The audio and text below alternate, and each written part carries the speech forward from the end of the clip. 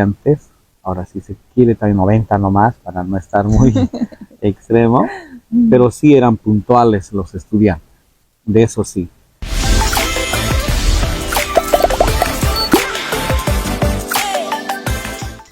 Bienvenidos y bienvenidas a este nuevo episodio de Mandúa, un espacio que nació para realzar las historias que nos han marcado como comunidad y que todos deberíamos conocer. Hoy tenemos el privilegio de conversar con una persona que ha sido maestro de generaciones, testigo y ha sido parte del desarrollo de la educación en Villamontes. Referente en las aulas, en la vida y seguramente recordado en la historia de muchos. Saludamos y damos la bienvenida al licenciado Luis Vargas, actualmente director de la Unidad Educativa Ismael Montes Diurno. Profe, un gusto tenerlo aquí con nosotros. Muy buenos días, Marina. Un gusto estar en tu programa y bueno, pues poder compartir algunos criterios que puedan aportar, ¿no?, al contenido de su programa y por supuesto, gracias por invitarme y bueno, dispuesto a responder las preguntas que se puedan realizar. Nuestro segundo invitado está aquí para hablarnos desde la experiencia y desde otra perspectiva sobre Villamontes. Para eso hemos preparado preguntas claves que sé que será de mucho aprendizaje para todos. Empecemos. Como una persona que ha vivido bastante tiempo acá en Villamontes y como muchas personas seguramente que nos están viendo, ¿cómo era la vida cotidiana cuando usted llegó acá a Villamontes? ¿Qué nos puede contar de acuerdo al tiempo que ya se encuentra acá en nuestro mundo? Bueno, hace 34 años que vivimos acá en Villamontes, fundamentalmente en el trabajo de educación. Y por supuesto, hace 34 años atrás, Villamontes era muy distinto, ¿no? Obviamente ya el desarrollo actual en la que nos encontramos es pues ya muy avanzado, con muchos cambios, ¿no? No solo en educación, en la propia infraestructura, la propia estructura de la ciudad ha cambiado bastante. Y bueno, eso obviamente es fruto del esfuerzo de las autoridades, de los ciudadanos, quienes hacen el esfuerzo por transformar este lugar que les ocupa desempeñar. Entonces, en aquellos tiempos, Villamontes, por ejemplo, tenía pocas, prácticamente muy escasas calles o avenidas, digamos, las que podíamos decir que estaban asfaltadas o prácticamente enlosetadas. Y la mayor parte, casi el 95% de Villamontes era piedra, ripio, etcétera, ¿no? Las calles como conocemos, pero por supuesto que antes la vida era un poco más sencilla, fundamentalmente en cuestiones de seguridad, ¿no? La mayor parte de las casas, por ejemplo, estaban con orilleros, que es una de las características, y actualmente ya la mayoría tiene paredes. Antes se podía todavía, por decir, entre las experiencias, ¿no?, algún lugar de expansión espiritual, como quien dice, poder visitar algún restaurante, etcétera. Podía caminar de un extremo a otro extremo, no había mucha inseguridad, lo que actualmente no existe eso. Entonces, por ese lado ha cambiado bastante Villamontes, ¿no? Es una ciudad muy hermosa, con una infraestructura, decíamos, de acuerdo a lo que conversamos con muchos personajes, Villamontes ha sido construida con una visión de futuro prácticamente en cuestión de infraestructura. Se ven otras infraestructuras de otras ciudades, sí existen parecidos, pero Villamontes tiene las comodidades más amplias en cuestión de infraestructura y profe, eso le hace muy distinto a otras. Claro que sí. Profe, ¿qué se hacía en comunidad antes y que usted vea que actualmente ya no se hace? Antes, por ejemplo, había más familiaridad. En las familias que yo llegué a conocer, por ejemplo, los vecinos, las vecindades, se conocían más. Por ejemplo, se salía afuera, mateaban afuera, se saludaba, podíamos decir casi con exactitud de quienes viven en tal parte, etcétera, conocían a todas las personas. Exacto, se sabía, pero lo que actualmente casi ya no sabe uno quién vive al lado, etcétera. La propia dinámica social, laboral, etcétera, ha hecho que esta situación vaya de a poco perdiéndose. Los que eran jóvenes de antes, pues ahora ya son adultos, ya se fueron a otros lados. Bueno, la vida ya no es la misma. Y cuando vuelven, por supuesto que tampoco ya es la misma, ¿no? No están los mismos amigos del barrio, ya no se pueden reunir juntos ahí para jugar una pelota en la calle, etcétera. Bueno, cambió todo, entonces esa dinámica de la actividad propia que cada uno toma ha cambiado bastante, y cuando uno vuelve, esa vida de comunidad vecinal, si se quiere, ha cambiado bastante. ¿Y cómo se hacía con el tema del entretenimiento antes de que exista la televisión, el internet? ¿Qué hacían? ¿Cómo se entretenían? Bueno, mira, hace 34 años cuando yo llegué, me costaba comunicarme con... Yo soy de Sucre. Y tenía que hablar con mi mamá, por ejemplo, ¿no? Con mi familia. Tenía que ir a Entel. Y en Entel todavía estaba vigente la radio. Lo que antes decían, teníamos, nos daban, entrábamos y para hablar, handy. Cambio. Ah, ya, un aparatito handy, ahí. ¿no? Cambio, contestaban de allá. Dejábamos hablar, cambio, para volver a contestar. Esas eran las cabinas que nos daban para poder hablar. Y el que actualmente es la institución, la infraestructura que está abandonada frente a la iglesia, lo que es correo, ese era el lugar que nos servía. A través de cartas. La oficina, sí, de correos, pero también era una especie de comunicaciones. Teníamos que citar a la persona allá con quien queremos hablar, la hora exacta y obviamente recién poder hablar. Ese era el lugar que actualmente está abandonado. Y el tema de televisión no existía. Ya sí, ya había ya. Había, pero no todos lo tenían. Teníamos que salir, en el caso mío, teníamos que salir a la pensión para poder compartir un rato ahí en blanco y negro, que era lo más común, ¿no? De lo poder típico, todos ahí frente a la televisión, ahí todos sentaditos mirando. Claro, grupo, todos, ¿no? En grupo, al menos a los que nos gusta el fútbol. Teníamos que ver los partidos de Argentina. Bueno, estar satisfechos, ¿no? Convivir un rato ahí entre amigos, pero era muy escasa las posibilidades de tener, digamos, amplia cobertura lo que actualmente hay. Esta es una pregunta interesante, tal vez fuera de lo común, pero con mucho significado. ¿Qué aromas o sabores usted asocia a Villamontes?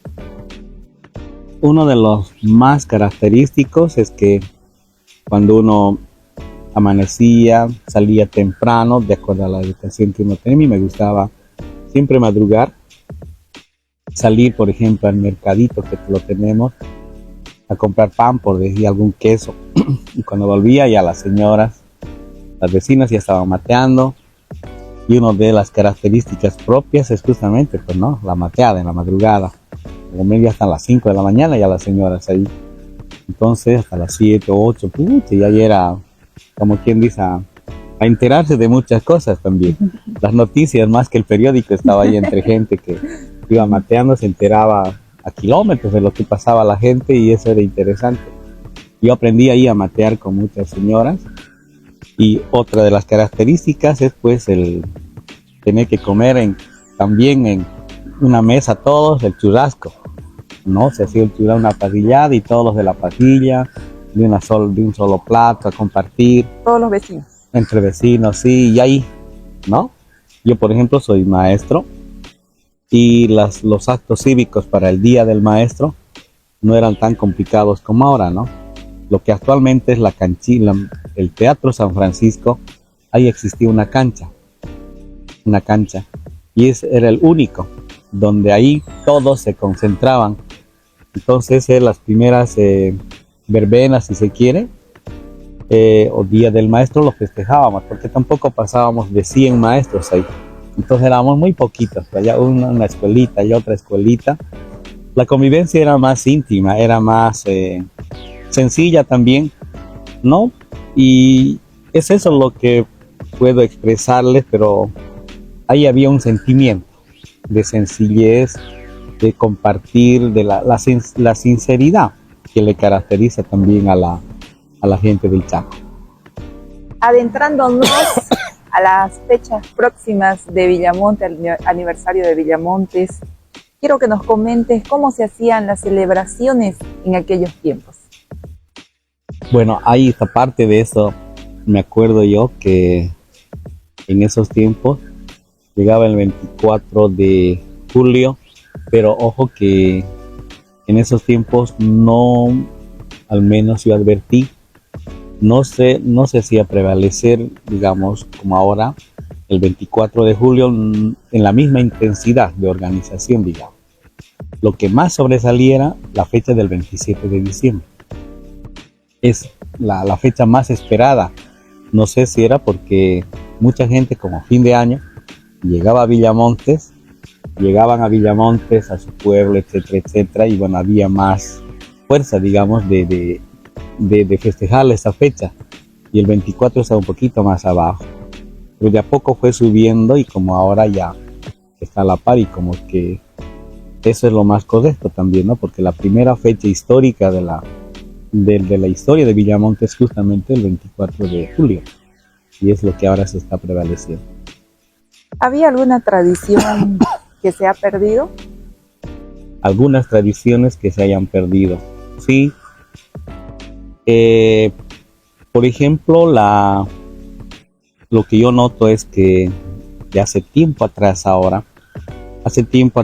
la gente, la juventud fundamentalmente, pues los niños, los estudiantes, estaban no condenados, pero estaban dispuestos a caminar, por ejemplo, para llegar a los colegios. Caminaban y era la bicicleta la que más se utilizaba como medio de transporte. En cambio actual no. Ya muy poca gente, la juventud fundamentalmente o los adolescentes, ya muy pocos, están todavía en la dinámica de moverse, de hacer el ejercicio físico, en otras palabras, la educación física.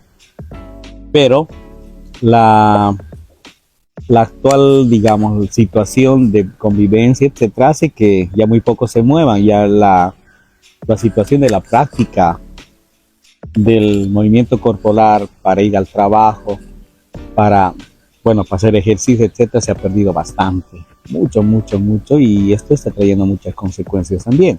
Muchos niños, muchos jóvenes no saben jugar, por ejemplo, no saben practicar deporte. Antes sí, si usted ha visto, hay familias completas en Villamontes que desde el abuelo, si se quiere, han sido jugadores hasta el último bisnieto. Hay familias completas que aman al deporte, pero si tomamos en cuenta los tiempos de prácticas, antes nosotros en el colegio jugábamos en una cancha donde era ripio y el que se caía sabía qué tenía que hacerse, no había que llorar, como se dice. En cambio ahora un pequeño desayuno ya es para que nos asusten con todo. Exacto. No ha cambiado bastante. Esa sería alguna de las tradiciones que podríamos pedir a las autoridades, que las puedan volver a retomar, alguna tradición. Sí, por ejemplo, hace mucho tiempo atrás se exigía con mucha fuerza, inclusive con una cierta amenaza de sanción, cuando las familias, los vecinos, teníamos la obligación plena de barrer las calles, por ejemplo. Y lo barríamos. Teníamos que embanderar obligadamente todas las casas, y había una persona, si no me equivoco, no sé, pero alguna persona de la municipalidad que hacía un recorrido en bicicleta, y aquella casa que no estaba embanderada lo sancionaban, lo amenazaban, pero había una educación ahí de poner la banderita, ¿no? Antes era la verde y blanco, ahora obviamente está el rojo y negro. Entonces por ese lado se embanderaba, pero las calles generalmente las vecinas, las mamás, los hijos saliendo barrían. En este tiempo la hojarada es tremenda, pero barrían. Claro que se quemaba en ese tiempo también, en cambio ahora ya es prohibido quemar, pero vemos muy pocas familias, muy pocos embanderados, muy pocos a barrer, a mantener limpio, digamos, su calle. Entonces esa situación ha cambiado bastante. Se hacen incentivos y aún así, ¿no? La gente. ¿Usted por qué cree que la gente ha dejado ese hábito? ¿Por qué ya no lo continúan haciendo? Por ejemplo, ¿por qué no seguimos practicando el juego? Uno, ¿por qué no seguimos haciendo este tipo? Nos ha arruinado mucho las tecnologías.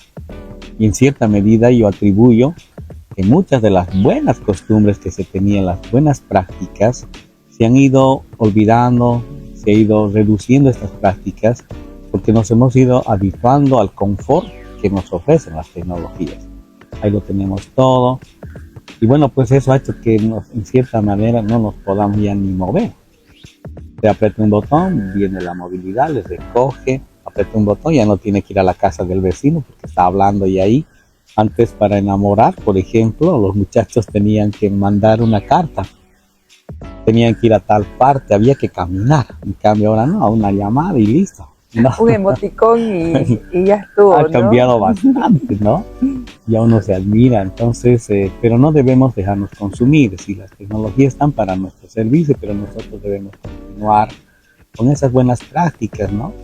Que es muy importante, porque eso ha hecho que se pierdan ciertos valores comunitarios fundamentalmente. Por ejemplo, de la vecindad, que de pronto parece que a nadie le interesa que la plaza esté limpia, que la placita esté, o salir a la plaza. Ya no, porque no hay mucha seguridad también. ¿Qué le contaron los amigos, las familias acá de Villamontes? ¿Cómo se vivía después del periodo de la Guerra del Chaco acá en nuestro municipio? Bueno, a ver, yo también de niño, de jovenzuelo, le escuché a mi papá que su papá vino a la Guerra del Chaco.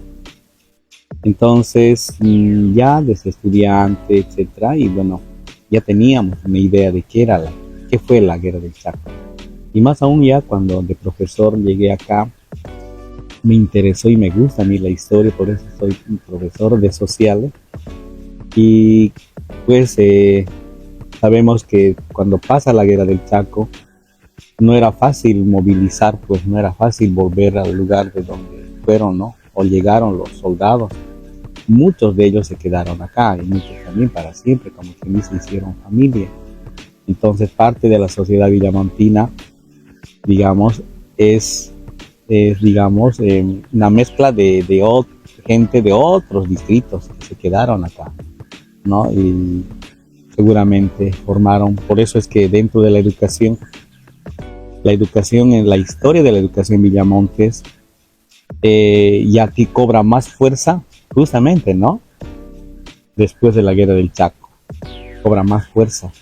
De ahí que su organización también ya justamente comienza después de la posguerra del Chaco. Y bueno, eso es importante. Generó, además de ser una cruenta guerra, generó también un movimiento poblacional, un movimiento económico, un movimiento cultural, social.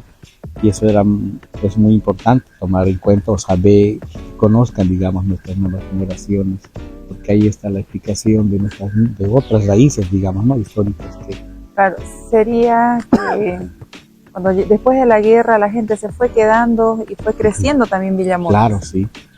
Se organizaron, no nos olvidemos que, por ejemplo, Villamontes, como estamos acá, por decirles, la iglesia, pero al frente, la banda, como también decimos, San Antonio, es ahí donde llegaron las primeras, digamos, los primeros camioncitos. No es que llegaron acá directamente a Villamontes, por ejemplo, ahí todavía tenemos vestigios, ¿no? De cómo era el camino, cómo pasaban a esta banda, lo que es actualmente el Pisagua, por ahí es que pasaban ahí. Y tuvieron que hacer una planicie, como quien dice, carpir todo el monte que había ahí para generar un espacio grande y poder ya allá trincherarse, ¿no? Armar carpas, etcétera, etcétera, que no fue fácil. No nos olvidemos también que para ya 1932 recién estaban por terminar todo este angosto de construir el camino y a plan de dinamitazos, ¿no? De cual muchas movilidades cayeron también al Pilcomayo, como se dice, porque la infraestructura caminera era recontra pésima y hecho por los propios soldados, o sea que no solamente es una parte de la historia es que directamente vinieron a luchar, sino que además para venir a luchar tuvieron que construir condiciones y esto fue el camino, por ejemplo. Esta es una pregunta muy importante. ¿Quién o quiénes cree usted que deberían ser reconocidos por su rol durante la Guerra del Chaco?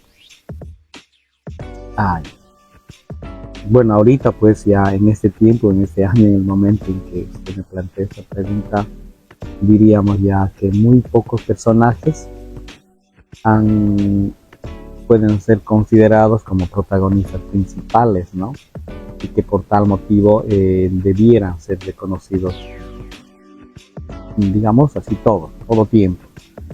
Porque hay muchos libros y hay muchos personajes de ese momento, de esa etapa, que no han sido reconocidos. Sí. Mucha gente ha estado en el anonimato hasta su muerte. Hemos nosotros visto, acá mismo en Villamontes, habían muchos excombatientes que no estaban en la lista como que de excombatientes. Y paradójicamente, había gente que nos comentaban los propios excombatientes. Yo tuve la oportunidad de, cuando estuve de maestro, de practicar una dinámica para enseñar la guerra del Chaco a mis estudiantes. Por ejemplo, invitar, así como usted me está invitando acá, invitar a una mesa dentro del aula con los estudiantes en directo para que ellos puedan, ¿no?, poder transmitirnos esas experiencias de la guerra del Chaco.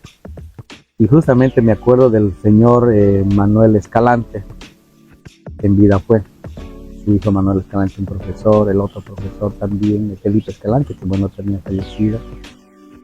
El señor Manuel Escalante nos indicaba, por ejemplo, que él fue del Boquerón, la batalla de Boquerón, al igual que otros.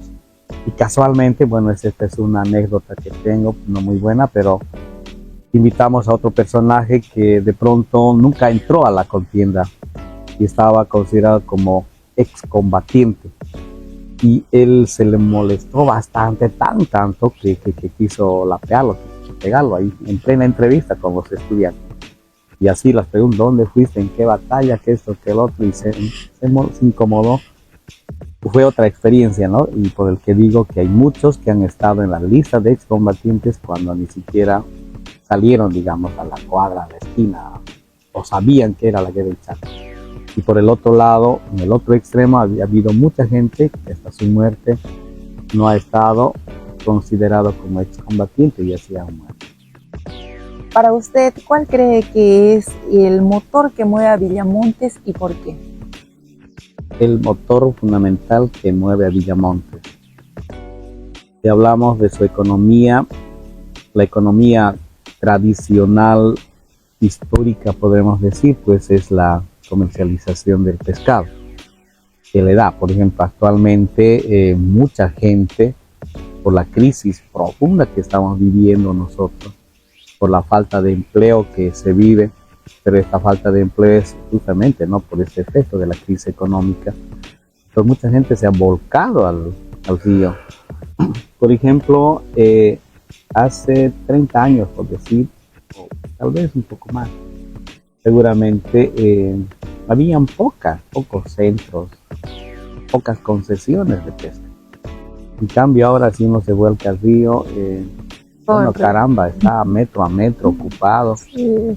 Y no solo es eso, antes se controlaba bien, actualmente no hay ningún tipo de control, no existe. Yo lo digo así porque uno va, a mí me gusta pescar, es uno de mis hobbies también que tengo.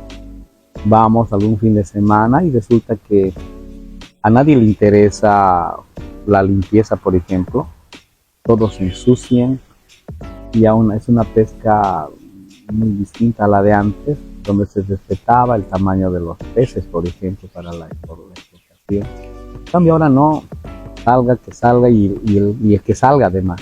Oh, sí. No todo, ahora están vendiendo, imagínense, nuestra economía han llegado al extremo de vender las tripas del pescado, que antes no pasaba.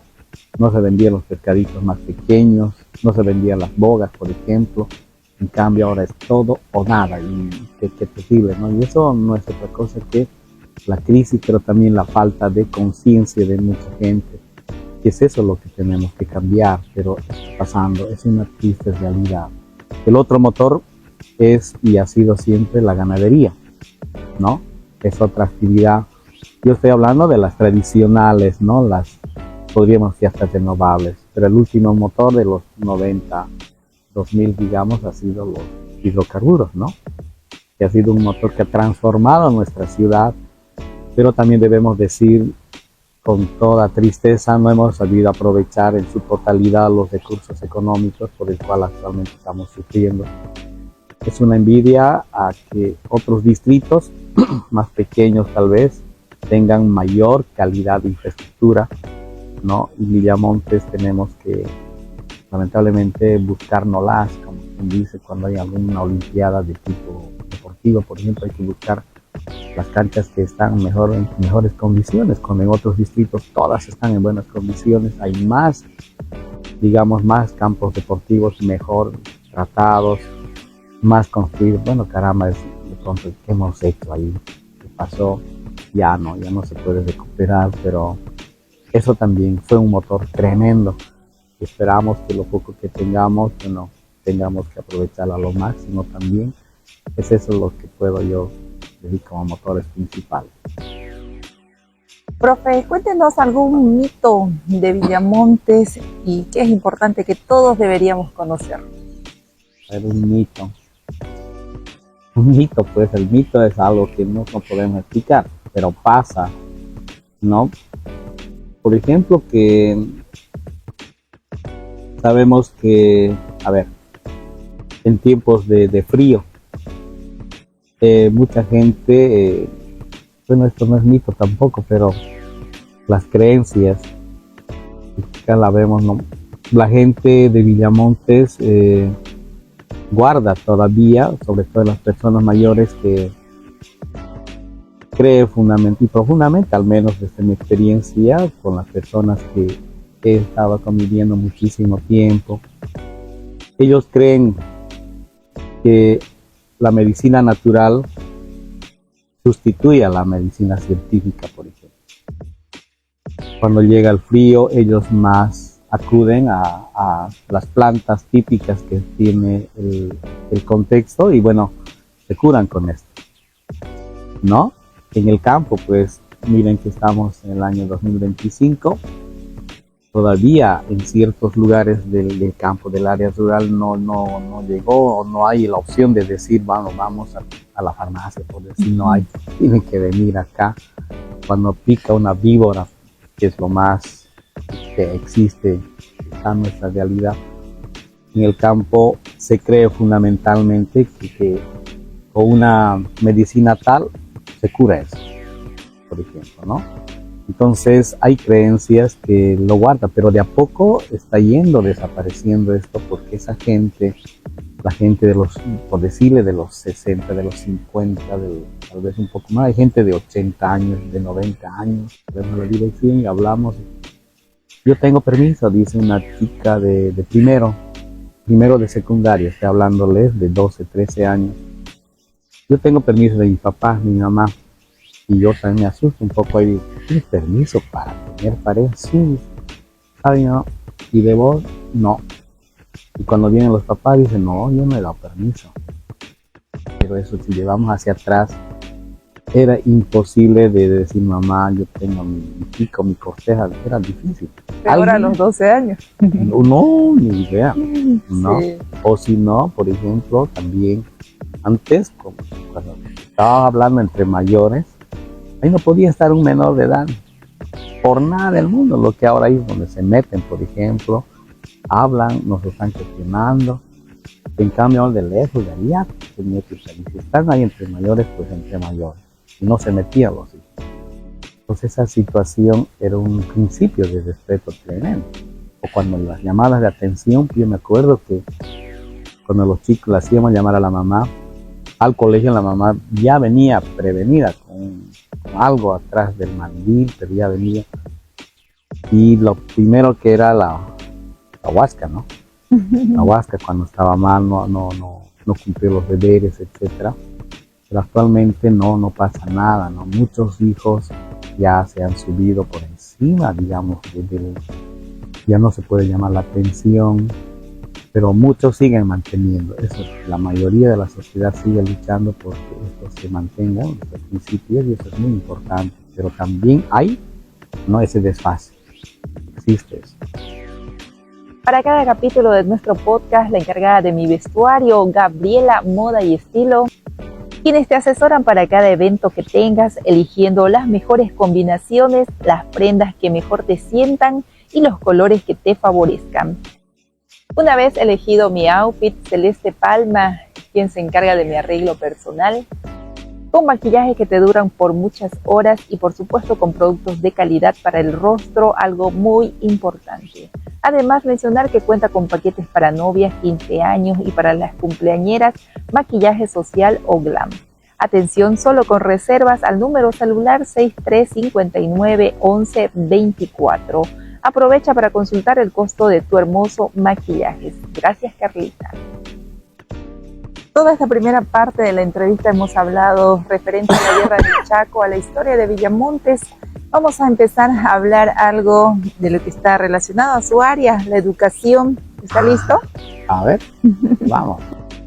¿Qué valores creen que eran importantes en las personas de antes y que ahora se ha perdido? Bueno, a ver, los valores más practicados en antes era el respeto a la familia. Uno. Al decir familia me refiero a todos, a los abuelos, a los papás, a los tíos, a los hermanos mayores, etcétera, ¿no? Donde el menor tenía la obligación de saludar a todos, por ejemplo. Cuando los papás estaban hablando era difícil interrumpirlos por mucho que no tuvieran la razón, ¿no? Se ha ido perdiendo por un lado. La solidaridad, otro tema. En el barrio, cuando a alguien le pasaba algo, pues todos se movían. Eso todavía existe de a poco, pero se ha perdido bastante eso, ¿no? La solidaridad, ¿no? Y el otro tema que es muy importante, que es la honestidad, ¿no? Decir lo que uno siente, pero muy sinceramente. Entonces yo creo que estos valores es que se están perdiendo mucho, seguramente por otros que de pronto es el individualismo, por ejemplo. Me importa más mi persona y yo por encima de todo, y eso hace que me olvide de los demás, inclusive hasta entre los hermanos. Por ejemplo, que yo he visto acá muchos amigos que se han ido peleando cuando los papás desaparecieron, fallecieron por decir, y han quedado peleados como enemigos y olvidaron todos esos principios que los papás dejaron cuando estaban en vida, ¿no? Y se pelearon por cosas materiales, por decir, la casa, las cosas que uno deja por decir cuando uno ya muere, ¿no? Pero que de pronto debían ser guardados con un celo tremendo, como un recuerdo grandioso por decir de los papás, quienes nos trajeron a esta vida. Pero lamentablemente por intereses ya muy personales, y a eso me refiero al individualismo, ha hecho que se pierda esta parte. ¿Qué recuerdos tienes de cómo era la educación antes en los colegios? Uno de los recuerdos que me acuerdo bien, por ejemplo, en el Colegio Ismael Montes Diurno teníamos estudiantes huesnayes. Es un recuerdo bonito que les comento. Y entrábamos a las 7 en punto. La calle no estaba asfaltada ni enlosetada, era de tierra. Entonces, llueva o no llueva, todos entraban 7 en punto. Y el que llegaba a las 7:15, 7:20, lamentablemente se quedaba afuera. No había vuelta a quedar. Y era vuelta ya más de la media hora a la casa, como se dice, ¿no? Pero era motivo de una tremenda llamada de atención por los padres de familia. Y se los llamaba a los padres de familia, me acuerdo muy bien. Pero la mayoría, el 99% de estudiantes, ahora si se quiere también 90 nomás, para no estar muy extremo, pero sí eran puntuales los estudiantes, de eso sí. No cumplían las tareas, no pedían muchas condiciones porque no tengo bolígrafo, que esto, que el otro, pero había respeto ahí, ¿no? a la educación, muchos de los cuales ahora profesionales se acuerdan muy bien y todavía exigen. ¿Por qué no, profesor, por qué no se exige lo que antes nos hacían a nosotros, por ejemplo? Lamentablemente, por la existencia de normas, no sé si son muy más humanistas, etcétera, pero hay demasiada flexibilidad en muchas cosas que de pronto eso no le está haciendo bien a la educación. ¿Usted cree que ha aportado de manera negativa, positiva a la actualidad todo ello? En una de esas sí, por ejemplo, la flexibilización del horario de ingreso, por decir, por el derecho a la educación, está haciendo que muchos muchachos, muchos estudiantes, entre damas y varones, por ejemplo, aún viviendo a una cuadra de la casa, pues lleguen media hora, más de media hora inclusive. Ustedes saben muy bien que antes esto del frío polar, que no se hablaba mucho, pero ya existía nomás, había nomás el frío, no es extraño para nosotros. pero no se cambiaba fácilmente el horario. Extremadamente 7:30 entrábamos. Y todos estaban 7:30, haga frío o no haga frío. Conste que antes no teníamos ventiladoras, no habían las ventanas, simplemente estaban protegidas por los protectores de hierro para que no se entren los animales, era eso, o para que no se escapen los estudiantes, pero no había otras comodidades, pero estábamos metidos ahí. Y no eran 30, eran 40, 45 estudiantes, caramba, así que no, en cambio ahora, o sea, si no hay ventiladora no se puede atender, si no hay luz que no se puede trabajar, entonces no, creo que hay cosas que de pronto no son tan necesarias para seguir avanzando en educación. En cuanto a la relación entre profesor y estudiante, ¿usted cree que antes había más miedo, más respeto, más cariño? También sí, en esto debemos aclarar mucho, ¿no? Por ejemplo, las materias que siempre han representado ser el cucu, digamos, de muchos estudiantes, hasta de mí en mis épocas, era la química, la matemática, era la que todavía hasta ahora sigue, en toda la física. Antes no nos olvidamos que decíamos medio, ciclo medio decíamos antes, en cambio ahora decimos secundarias, ¿no? Pero ya la secundaria actual ha cambiado en su estructura. Y bueno, habían estas, por el temor se respetaba, pues, había un extremo respeto al profesor, ¿no? Pero era por temor, por un temor. Entonces, por decir, me respetaba mucho, pero era más por miedo que por otra cosa. Y eso obviamente no es un respeto pleno por valores, por ejemplo, no. Pero también había maestros por el carácter, por ejemplo, la puntualidad, la manera de enseñar, la manera de exigir, la manera de revisar los cuadernos puntualmente, caramba, letra a letra, párrafo a párrafo. De ese maestro muchos señores, muchas familias no se olvidan. Y actualmente sí se dice que sí, eso sí era una verdadera educación. Pero ahora ponerle con rojo, por ejemplo, una observación, ya a muchos padres de familia viene a ser una especie de discriminación, no sé qué cosas, que de pronto ya no se puede hacer así. Hasta proceso. Hasta proceso, ¿no? Ustedes saben que ya sí pasa. Entonces, era más dura si se quiere, pero también habían obviamente excesos que de a poco han ido perdiéndose. Pero por supuesto es importante que la educación exista ese carácter. Por ejemplo, la puntualidad es parte del carácter.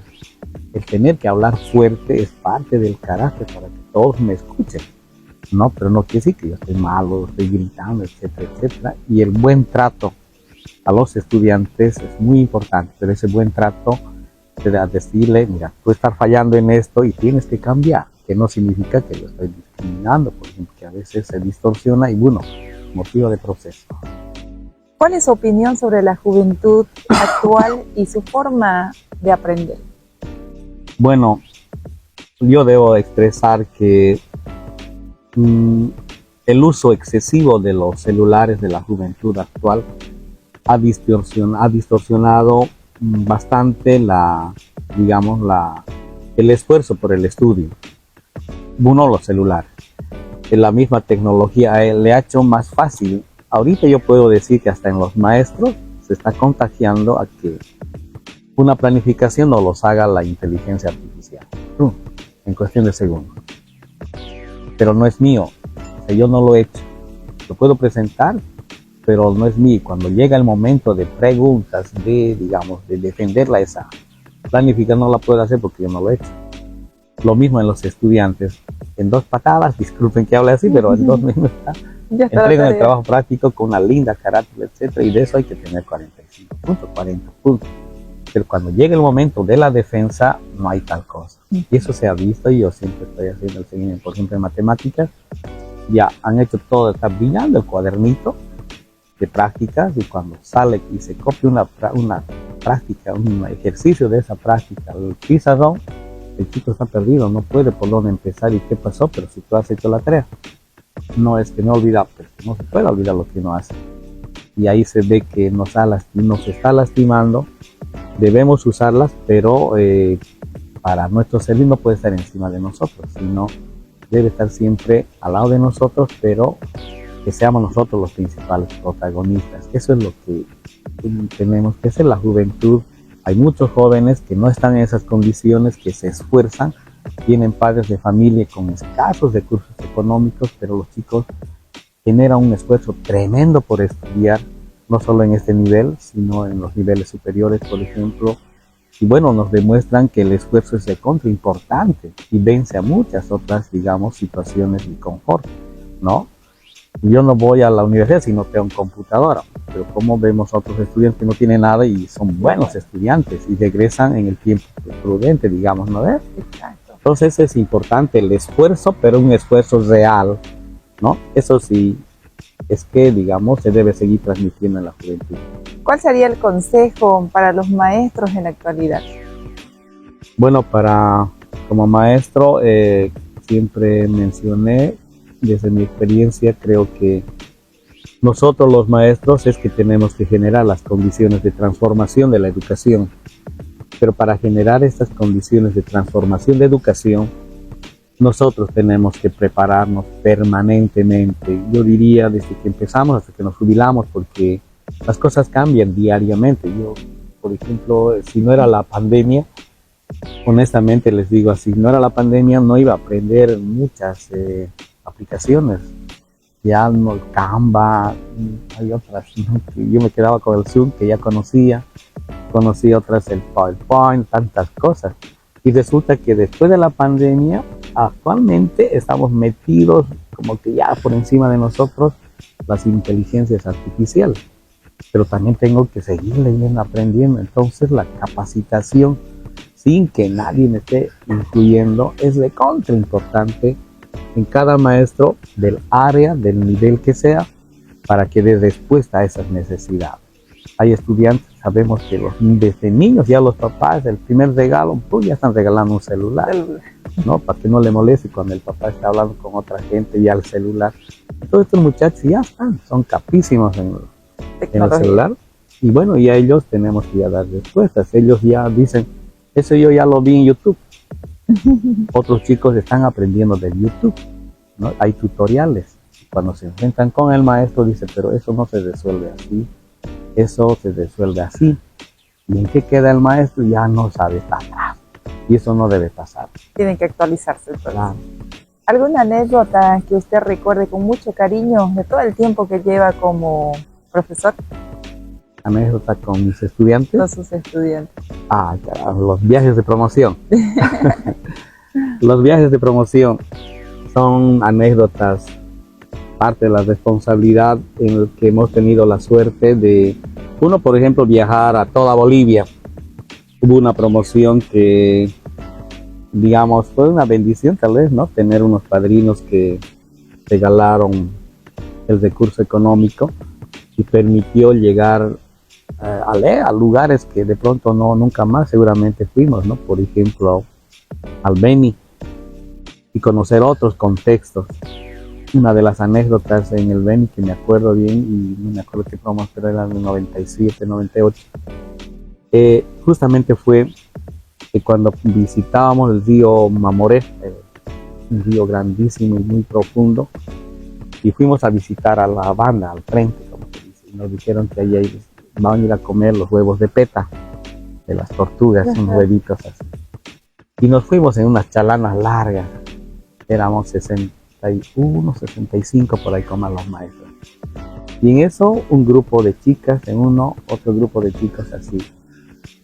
Pasamos a la banda, llegamos a conocer, a comer el pescado, el pacú, el surubí, ahí unos pacús pero grandes, no de estos chiquititos que aquí unos grandotes así. Caramba, esas costillas eran para ponerse ahí de traba, como se dice, ¿no? Bueno, y cuando retornamos, llegó la hora de retornar y estábamos subiendo el río Mamoré así para llegar ahí al puerto. Pero nunca nos imaginábamos lo que nos iba a pasar. Salieron unos animales del agua, muchas, todas patas así, dentro de la chalana, con todos asustadísimos, no sabían qué hacer. Y el que manejaba con el motor, no se asusten, son los bufeos. Y nosotros, que era bufeo, habían sido los delfines rosados que había ahí. Y aparecieron, eran como 4, al otro la acompañaba el otro allá más, allá otro. Pero ese susto ha hecho que algunas chicas que andaban con los pies así, ahí, con el agua, ¿no? Muchas por el susto, ¡bum! Se han caído sus zapatos, sus zapatillas, y patapila, llegamos al otro lado. Esas anécdotas entre las más que hay, ¿no? ¿Qué hay? Bueno. Y para finalizar ya esta entrevista, profesor, quisiéramos que deje un mensaje o algún consejo a los jóvenes. Bueno, desde mi condición de profesor, la sencillez a los jóvenes de Villamontes, con todo respeto, mucho cariño fundamentalmente, debo decirles que el esfuerzo por su formación profesional, pero aún así no fueran profesionales, no son profesionales, el esfuerzo por ser personas de bien a su sociedad, a su barrio, a su familia, o profesionales que se esfuercen por querer transformar su ciudad, su pueblo, le va a hacer bien al desarrollo de su país, de su pueblo. Entonces, este esfuerzo no debe perderse, pero debe ser un esfuerzo sano, ¿no? Sencillo, de bien a toda la comunidad. No un esfuerzo para sentirse superior ante los demás, para poder, no un esfuerzo para poder someter a los demás, eso no, sino fundamentalmente con una vocación profunda de servicio y con toda la sencillez del caso, como se dice, ¿no? Ese es el mensaje que puedo ofrecer, que puedo tal vez hasta solicitar a todos los jóvenes de Villamontes: esfuércense, que ese esfuerzo sea real, porque ese esfuerzo también marcará, el destino de Villamontes.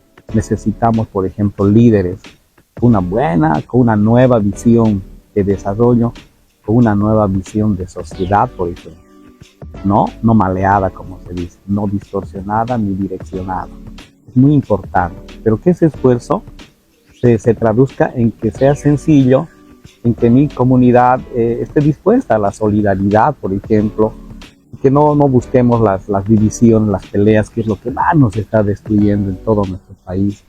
Ojalá no se profundice, no llegue, acá a Villamontes, porque la gente de Villamontes es sencilla, es sincera, pero también es fuerte, y eso es lo que no se debe perder. Si algo hace especial a nuestro podcast, es el lugar donde grabamos. The Walk es la mezcla perfecta de ambiente tranquilo, con buena onda, deliciosos tragos, jugos y una variedad de comida. Si aún no lo conoces, puedes pasar a visitarlos en el barrio Bolívar, esquina Pando. Muchas gracias, Tewot, por confiar en Mandúa. Muchísimas gracias, profe, por su tiempo, por sus historias, por todo el cariño, por dedicarnos también estas palabras para nosotros y para toda la gente que nos ve a través de las redes sociales. Gracias a ustedes por su invitación. Espero haber aportado, compartido algunas experiencias, pero que obviamente estaremos siempre dispuestos a seguir compartiendo en una otra invitación que nos pueda hacer. Muchísimas gracias. Gracias a usted.